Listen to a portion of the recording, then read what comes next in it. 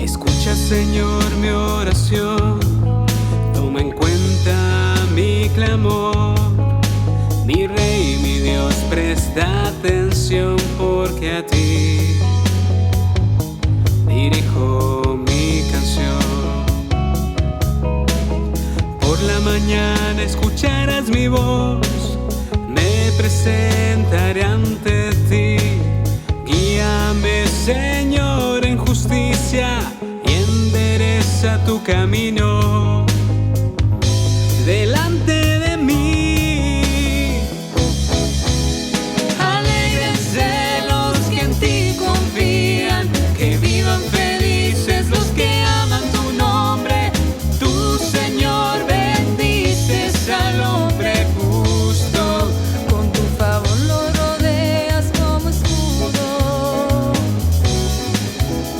Alégrense los que en ti confían, que vivan felices los que aman tu nombre. Tú, Señor, bendices al hombre justo.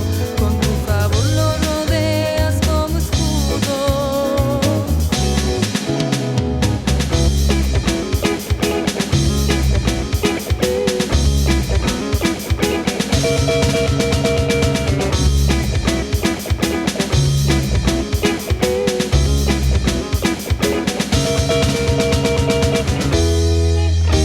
Escucha, Señor, mi oración, toma en cuenta mi clamor.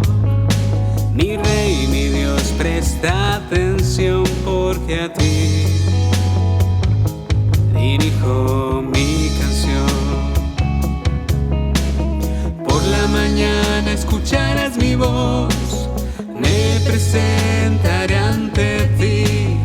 Guíame, Señor, en justicia y endereza tu camino delante de mí.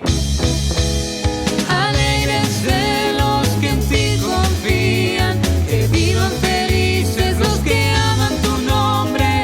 Tú, Señor, bendices al hombre justo. Con tu favor lo rodeas como escudo. Alégrense los que en ti confían, que vivan felices los que aman tu nombre. Tú, Señor, bendices al hombre justo. Con tu favor lo rodeas como escudo.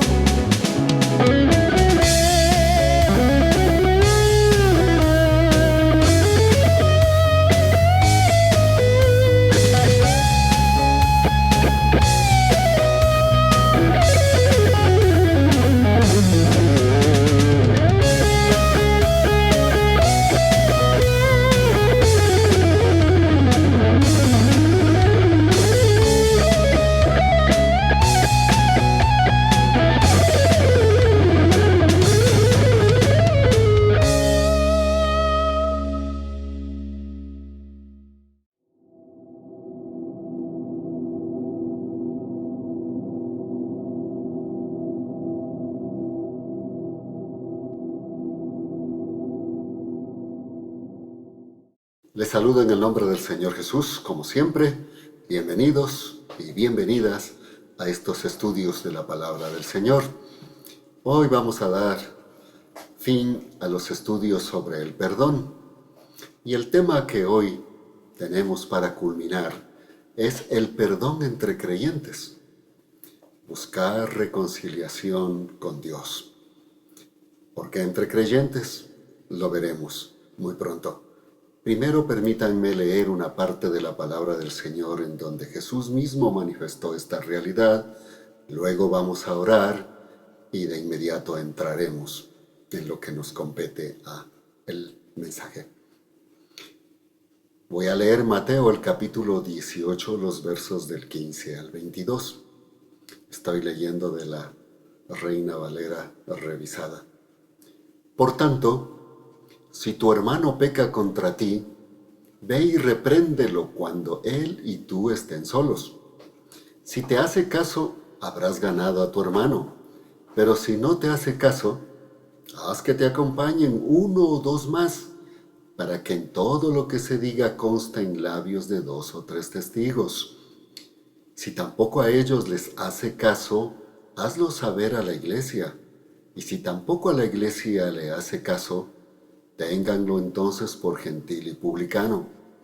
De cierto les digo que todo lo que aten en la tierra será atado en el cielo, y todo lo que desaten en la tierra será desatado en el cielo.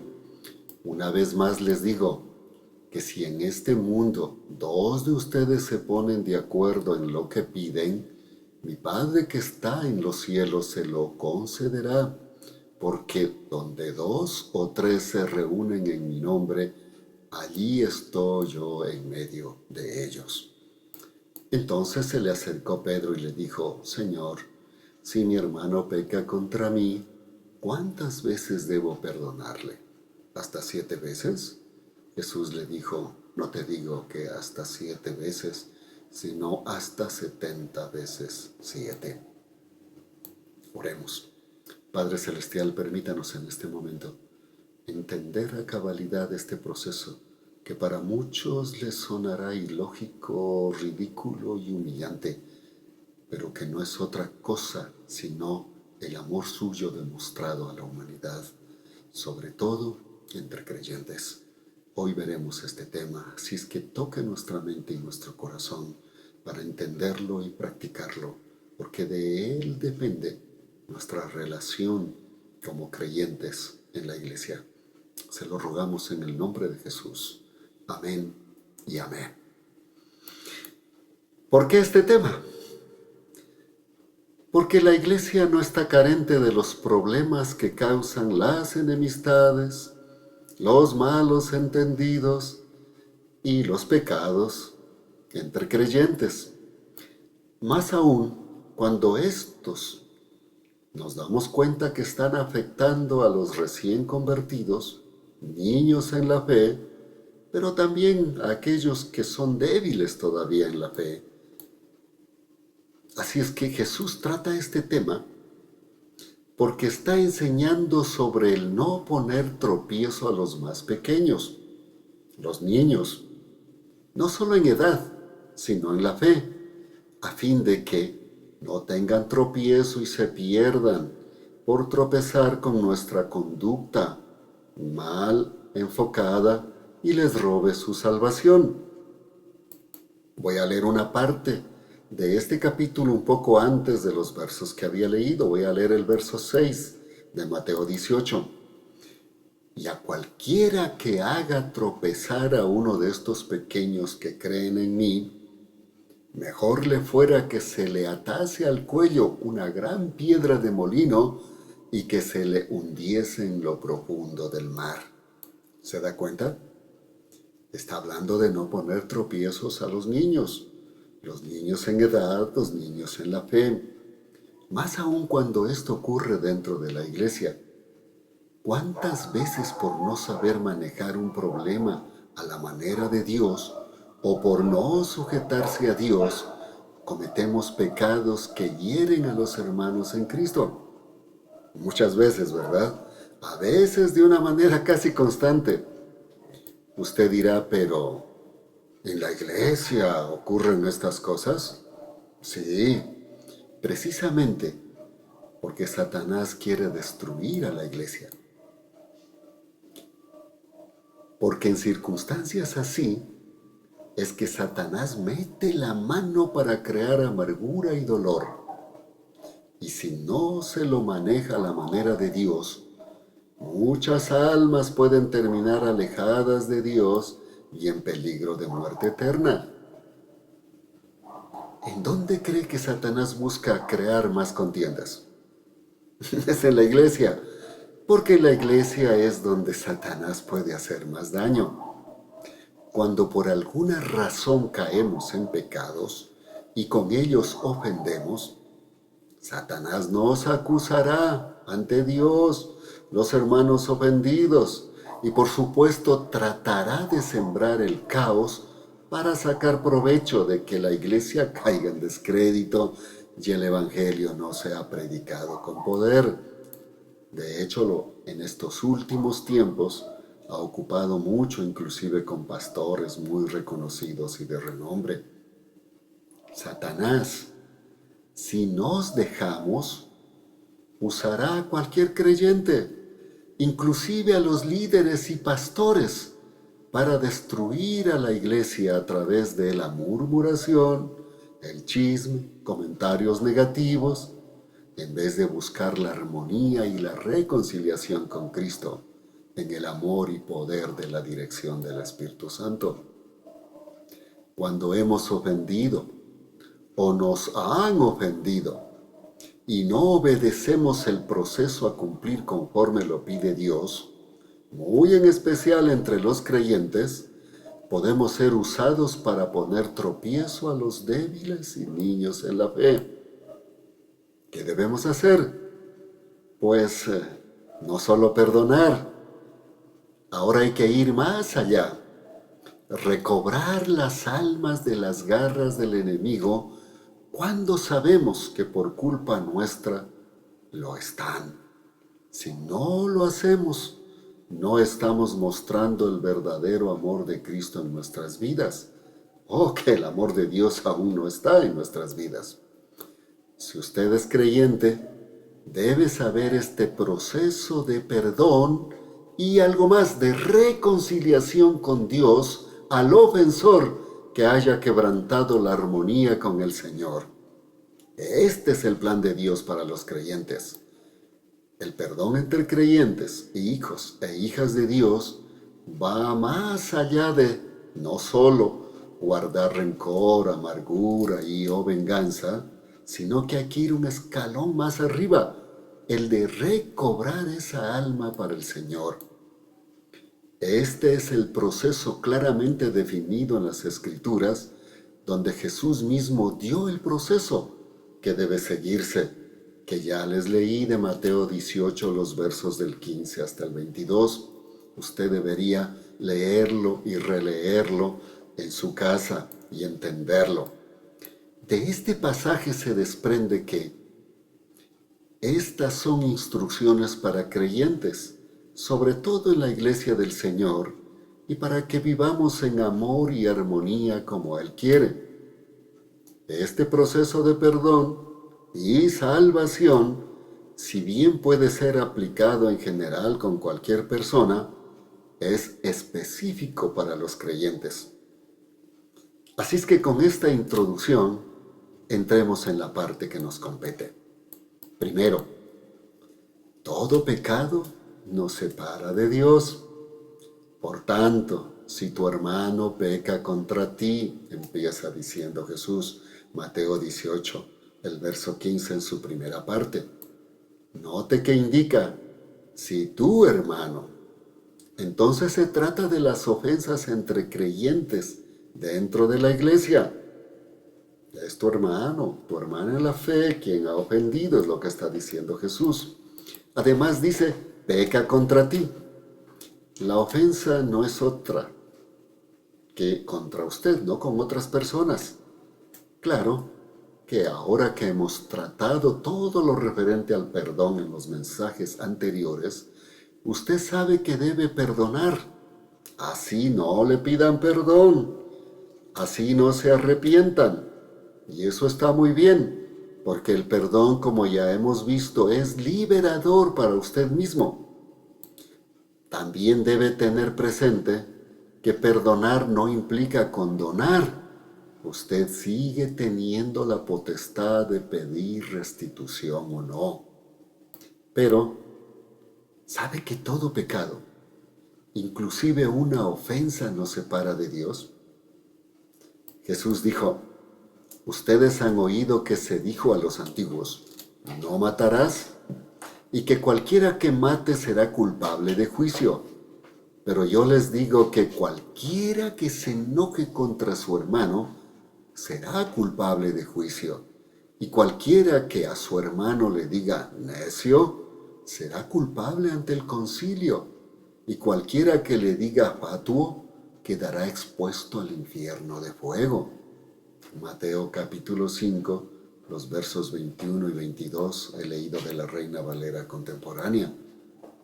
Así que el pecado nos separa de Dios y nos pone en muerte temporal a los creyentes, porque las Escrituras lo dicen muy claramente: el alma que pecare, esa morirá.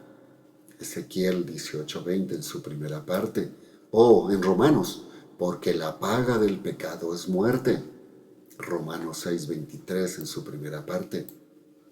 Así que, si su hermano o hermana le ha ofendido, no solo le ha ofendido a usted, también ha roto su armonía con Dios y está bajo muerte temporal por su pecado.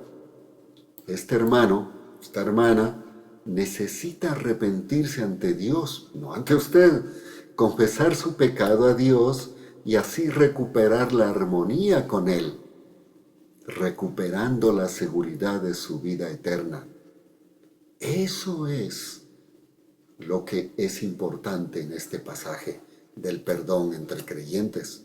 Aquí entra el segundo paso. El primero es que era entre creyentes. El segundo, voy a ponerlo en pregunta. ¿Y cuál es mi responsabilidad como creyente? Es recuperar vidas para Dios. Dice el verso 15, ve y repréndelo cuando él y tú estén solos. Si te hace caso, habrás ganado a tu hermano. Mateo 18:15, la parte segunda. Usted, el ofendido, debe ir donde el ofensor. Así dice, ve y repréndelo. ¿No le parece ilógico? Pero sí, eso es lo que pide Jesús. ¿Por qué?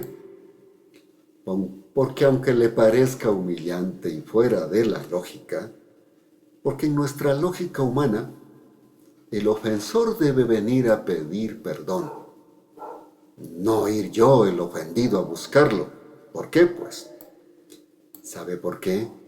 Porque esto es verdadero amor. Por supuesto, no el amor sentimental, sino el de Dios, el que da sin esperar recibir nada, solo para salvar vidas eternamente. Si en verdad usted tiene a Cristo en el corazón, estará consciente que cuando su hermano o su hermana le ofendió y conoce que no se ha arrepentido ante Dios, tiene rota su relación con Él y por tanto está en grave peligro su vida eterna. Si usted ve a su hermano o hermana en Cristo que va a caer en un precipicio, ¿qué hace? ¿Lo deja caer o busca auxiliarlo? ¿Cuál es entonces nuestro deber como creyentes en Cristo? Ir a salvarlo de su condición, porque el enemigo querrá cobrar su vida, o al menos ocuparlo para destruir otras vidas. Él sí querrá empujarlo al vacío. Así que, usted, el ofendido, va en obediencia a Dios, a donde el ofensor, no a disculparse ni a pedir perdón, pues usted no es el ofensor. Va a recobrarlo para Dios.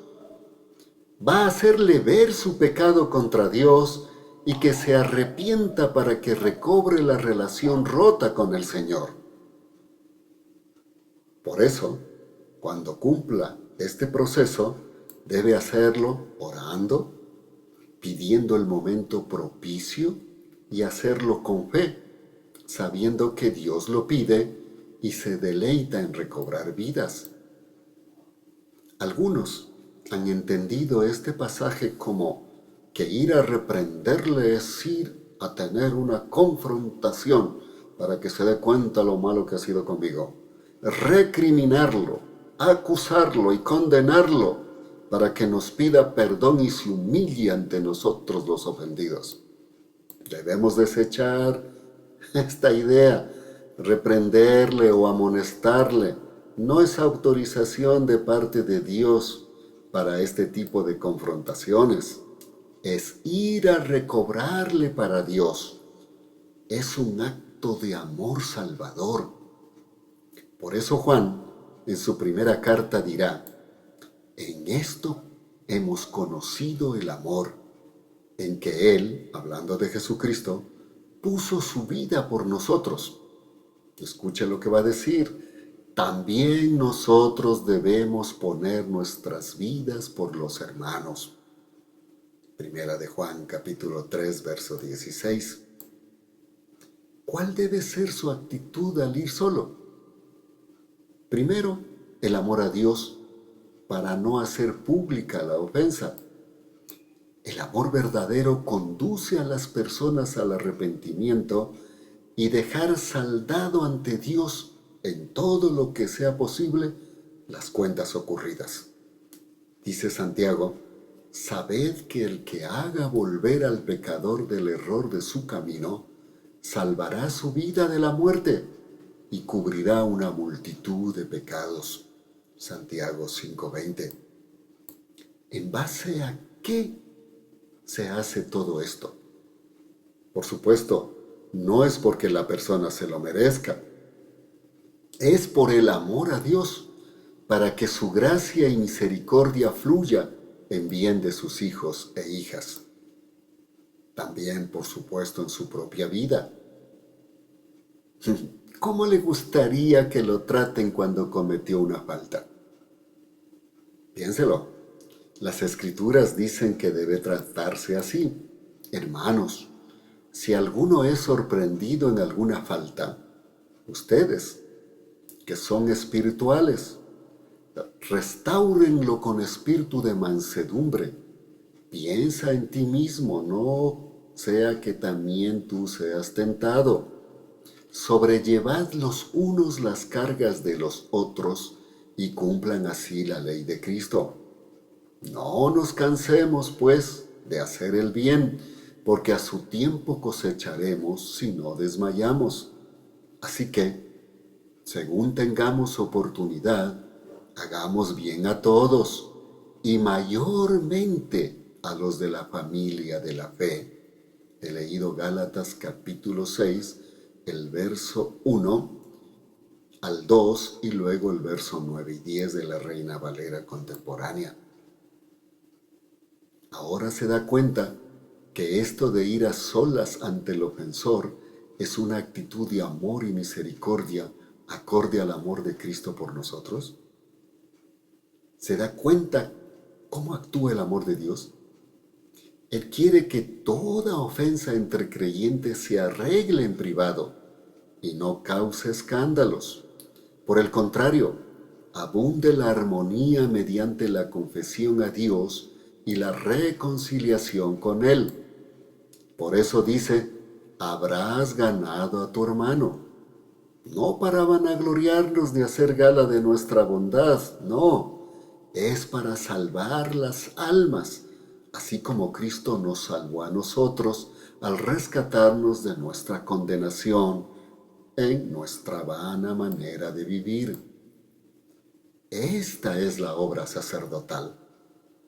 El sacerdote era y es el que representa al pueblo ante Dios, llevando la reconciliación. Ahora usted y yo, como creyentes, somos reales sacerdotes.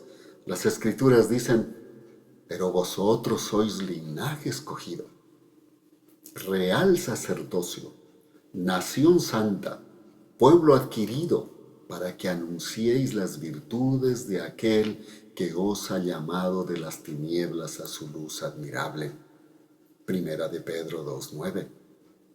Así que ir a solas y reprender tiene como objetivo reconciliar con Dios al creyente que ha pecado contra usted, que le ha ofendido o le ha causado una herida almática, a fin de que todos los creyentes vivamos en armonía con Dios, como conviene a santos. Pedro lo dirá así, también vosotros, sed edificados como piedras vivas en casa espiritual para ser un sacerdocio santo, a fin de ofrecer sacrificios espirituales agradables a Dios por medio de Jesucristo. Primera de Pedro 2:5. Así que el segundo paso es la demostración del amor de Cristo en nosotros, salvando el alma del hermano ofensor y trayéndolo al restablecimiento de la armonía con su Señor. Vamos al tercer paso. Si no se arrepiente, ¿qué hago? Se insiste con 2 o 3 testigos, dice el verso 16. Pero si no te hace caso, haz que te acompañen 1 o 2 más, para que todo lo que se diga conste en los labios de 2 o 3 testigos. Mateo 18:16. ¿Qué pasa si no quiere arrepentirse? Es posible que se resista, que racionalice, justifique, hasta que lo culpe a usted o busque culpables en vez de aceptar su falta. En este caso, el Señor dice que debemos insistir, pero ya no solos. Lo debemos hacer con el acompañamiento de 2 o 3 creyentes piadosos como testigos. Para Dios, debido a la necedad y terquedad del ser humano, pide que todo se haga con 2 o más testigos. Por ejemplo, en Deuteronomio diría: no prevalecerá un solo testigo contra alguna persona por cualquier maldad o pecado que haya cometido. Por el testimonio de 2 o 3 testigos se decidirá un asunto. Deuteronomio 19:15. Y Pablo, escribiéndole a Timoteo, le dirá: no admitas acusación contra un anciano, a no ser que haya 2 o 3 testigos. Primera de Timoteo 5:19. Ahora, ¿a quién debemos llevar como compañeros en esta labor? Debe ser a creyentes piadosos, o sea, que tengan cualidades de sabiduría, consejería, no a creyentes que sabemos que son débiles en la fe, o que su inclinación es la murmuración o el chisme. Ya sabemos lo que puede pasar. El propósito es que Dios los use para llevarlo a la reconciliación con Dios al hermano ofensor, al que pecó. El objetivo es salvación. No es en sí mismo como testigos para acusar, sino salvar la vida del creyente que ha caído en pecado. Así es que necesitamos que nos acompañen personas que hablen bien del Señor, que sean capaces de redarguir para que se arrepienta el ofensor.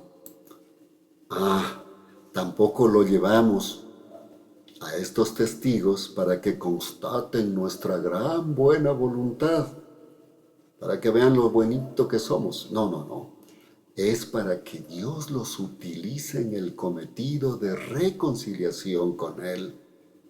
Note que solo si hay resistencia al arrepentimiento y reconciliación con Dios, se debe continuar con este segundo paso de llevar 2 o 3 hermanos piadosos que ayuden y sean testigos.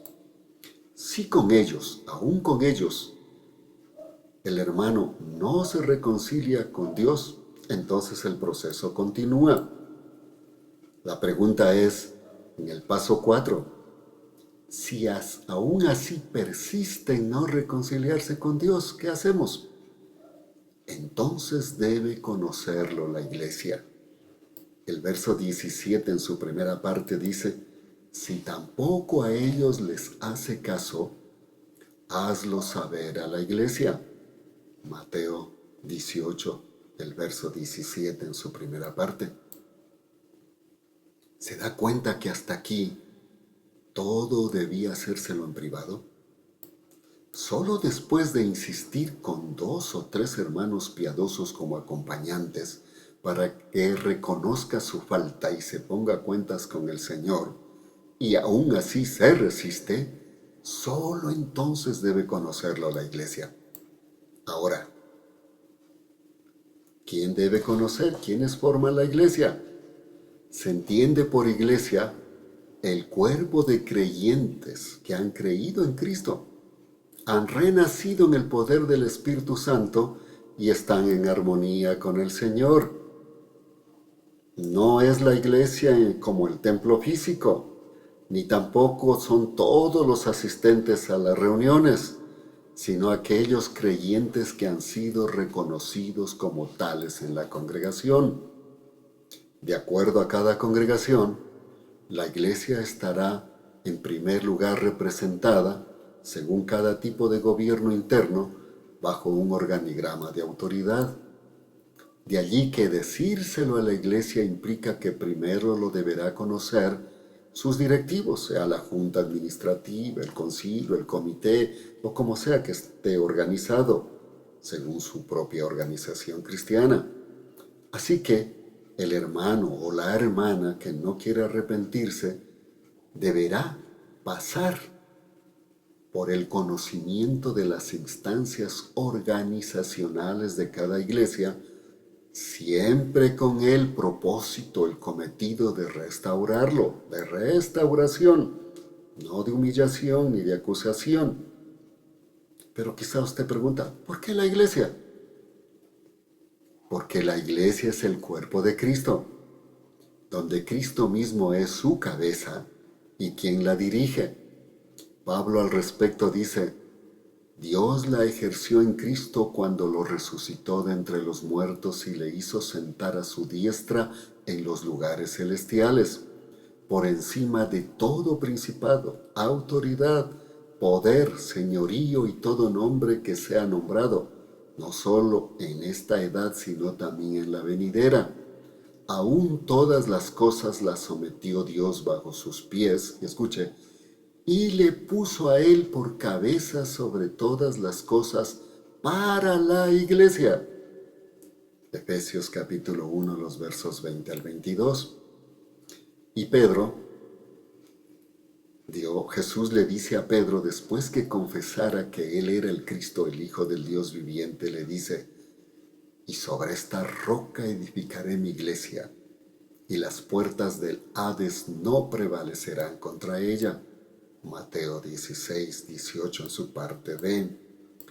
Jesucristo, a través de la iglesia, lleva el mensaje poderoso del Evangelio de salvación y restauración del ser humano, la reconciliación con Dios.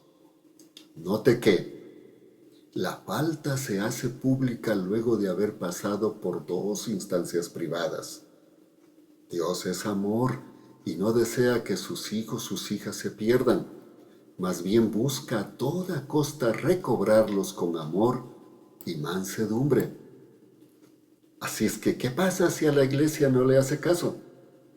Aquí vamos al quinto paso. Si aún persiste en no arrepentirse, entonces, o no es creyente, o es un hijo a disciplinar.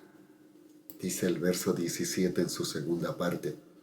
Y si tampoco a la iglesia le hace caso, ténganlo entonces por gentil y publicano. Así es que finalmente, si aún así no se arrepiente y no quiere reconciliarse con Dios, la iglesia debe declararlo gentil y publicano. Era un gentil. Era una persona que no conocía realmente a Dios, que aún no era creyente. La otra alternativa es publicano. ¿Qué era un publicano? Era un cobrador de impuestos para el Imperio Romano. Era considerado alguien que se había puesto en contra de su pueblo y a favor de sus enemigos. Ahora diríamos nosotros un traidor. Al declararlo gentil y publicano, ¿implica abandonarlo y echarlo? De ninguna manera. Es el paso al esfuerzo de evangelización, donde Jesús llegue a ser su Salvador y Señor, dado que una actitud así demostraría que Jesús no está en su vida o es un creyente desobediente. Por tanto, la iglesia debe aunar esfuerzos para que conozca a Jesús llevándole en el proceso el evangelio de la gracia y restaurándolo a la armonía con Dios. Si es un creyente desobediente, llevándolo a que se reconcilie con Dios mediante su arrepentimiento y confesión. A esto a veces le llaman el paso de disciplina. Pablo, al respecto de un hermano en la iglesia de Corinto que entró en esta disciplina, les exhorta a los creyentes a animarlo y recobrarlo al gozo de su Señor.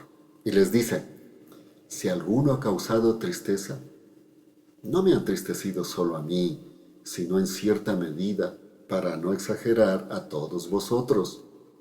Basta ya para dicha persona la reprensión de la mayoría. Así que, más bien, debierais perdonarle y animarle para que no sea consumido por demasiada tristeza. Por lo tanto, os exhorto a que reafirméis vuestro amor para con él. Segunda de Corintios 2, del 5 al 7. ¿Se da cuenta? Dios coloca este proceso por amor, no para humillación ni vergüenza, sino de restauración a la vida eterna y por ende también en esta vida.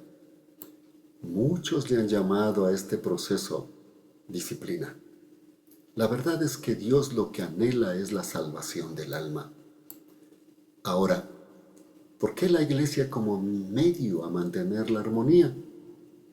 Dice en los versos del 18 al 20, de cierto les digo que todo lo que aten en la tierra será atado en el cielo, y todo lo que desaten en la tierra será desatado en el cielo. Una vez más les digo que si en este mundo dos de ustedes se ponen de acuerdo en lo que piden, mi Padre que está en los cielos se lo concederá, porque donde dos o tres se reúnan en mi nombre, allí estoy yo en medio de ellos. Mateo 18, del 18 al 20. Alguien podría decir: ¿pero qué tiene que ver la iglesia para declarar a alguien como gentil o publicano? Porque es la iglesia, el cuerpo de Cristo, y Cristo mismo es su cabeza, quien la preside. Por eso Jesús indica que se le brinda a la iglesia este derecho con la presidencia de Él mismo, pues dice: donde dos o tres se reúnan en mi nombre, allí estoy yo en medio de ellos. Mateo 18:20 en su segunda parte. No se trata de que la iglesia decida lo que quiere, no, se trata de cumplir con lo dispuesto por el Señor Jesucristo en su palabra, con su dirección y su presidencia. Esta es una de las partes de autoridad para atar y desatar.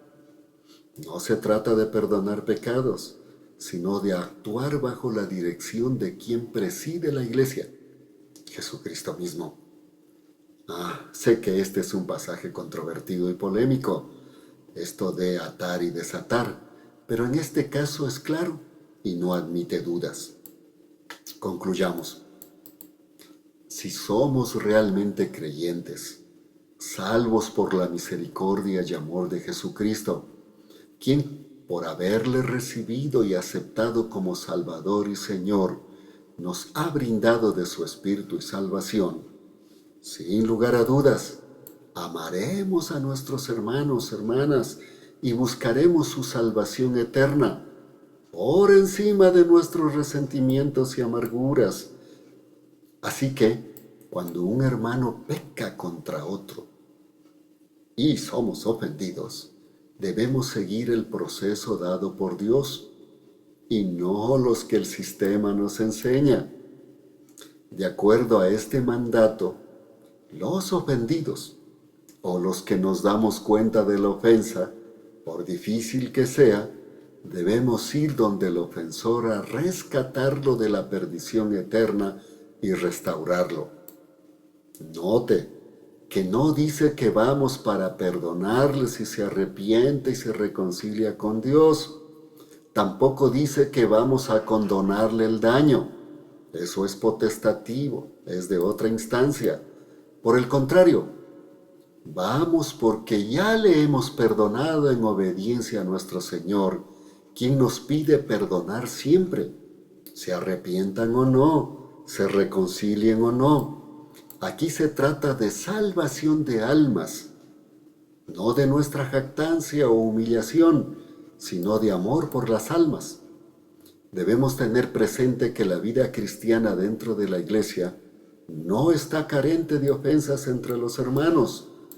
Recuerde que la batalla que libramos no es contra gente de carne y hueso, es contra huestes espirituales de maldad en las regiones celestes, dice Pablo en Efesios el capítulo 6, el verso 12, he leído de la Reina Valera contemporánea.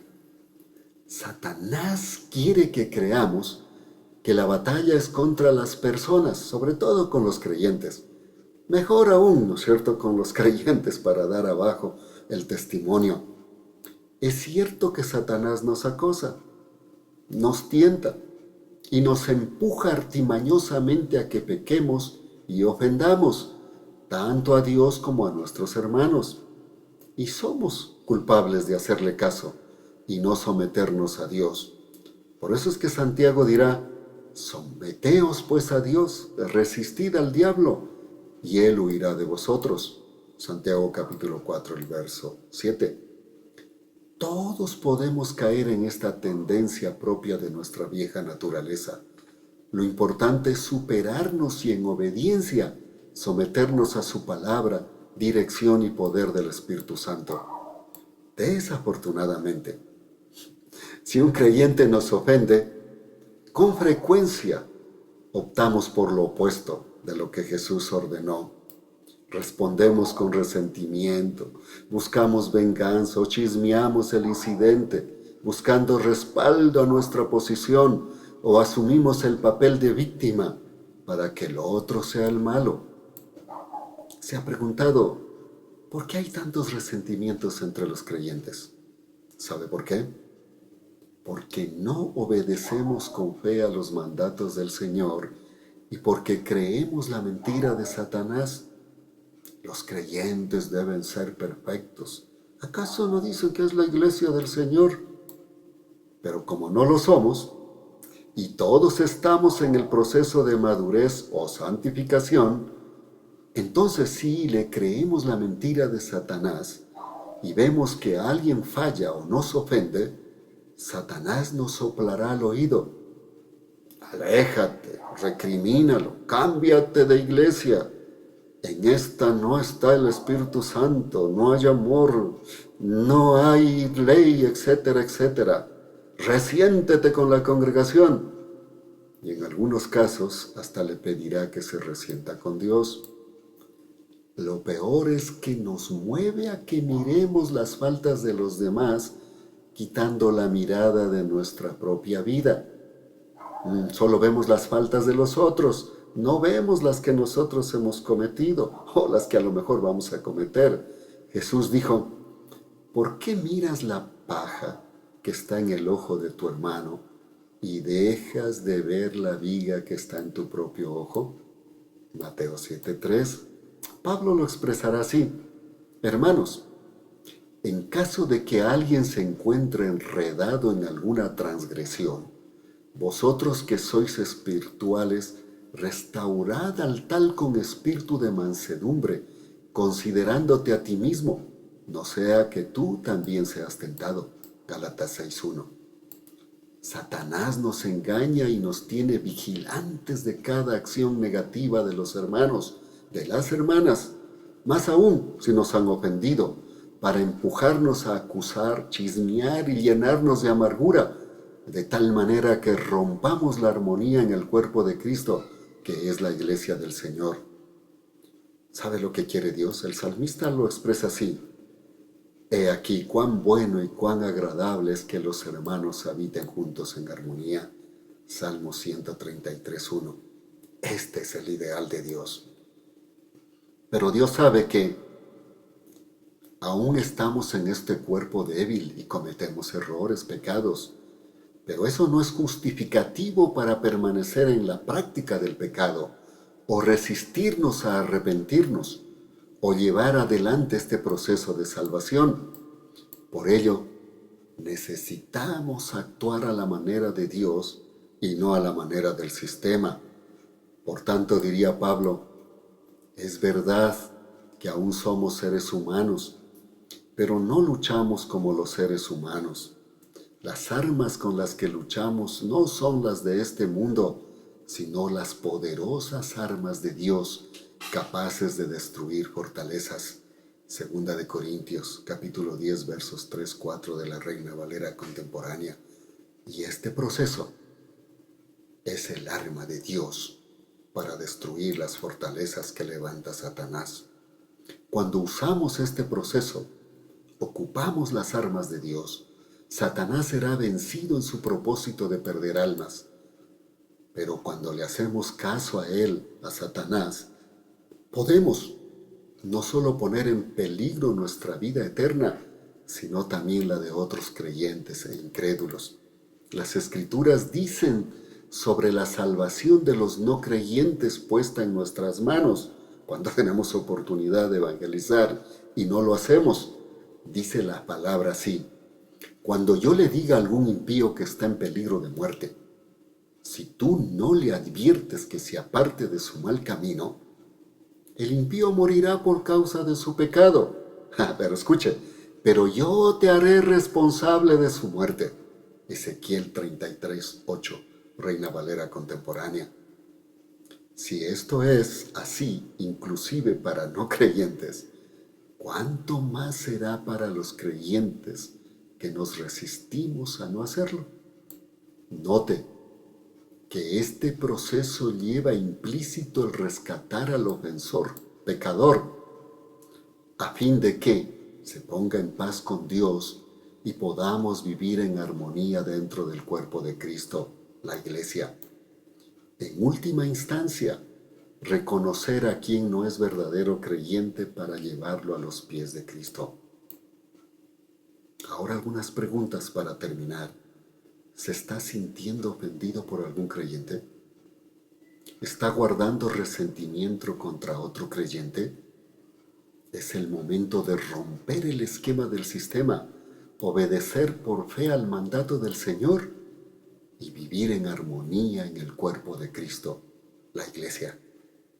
Seamos salvadores de almas en obediencia a su amor eterno, no solamente de los perdidos en el mundo, sino de aquellos que, siendo parte del cuerpo de Cristo, nos ofenden, no pecan y no se dan cuenta para arrepentirse. Allí está nuestro deber y el proceso del perdón y reconciliación entre creyentes. Ahora oremos. Padre, su palabra es clara. Para nosotros es muy difícil entender esto, sobre todo porque tenemos que vencer los conceptos del sistema.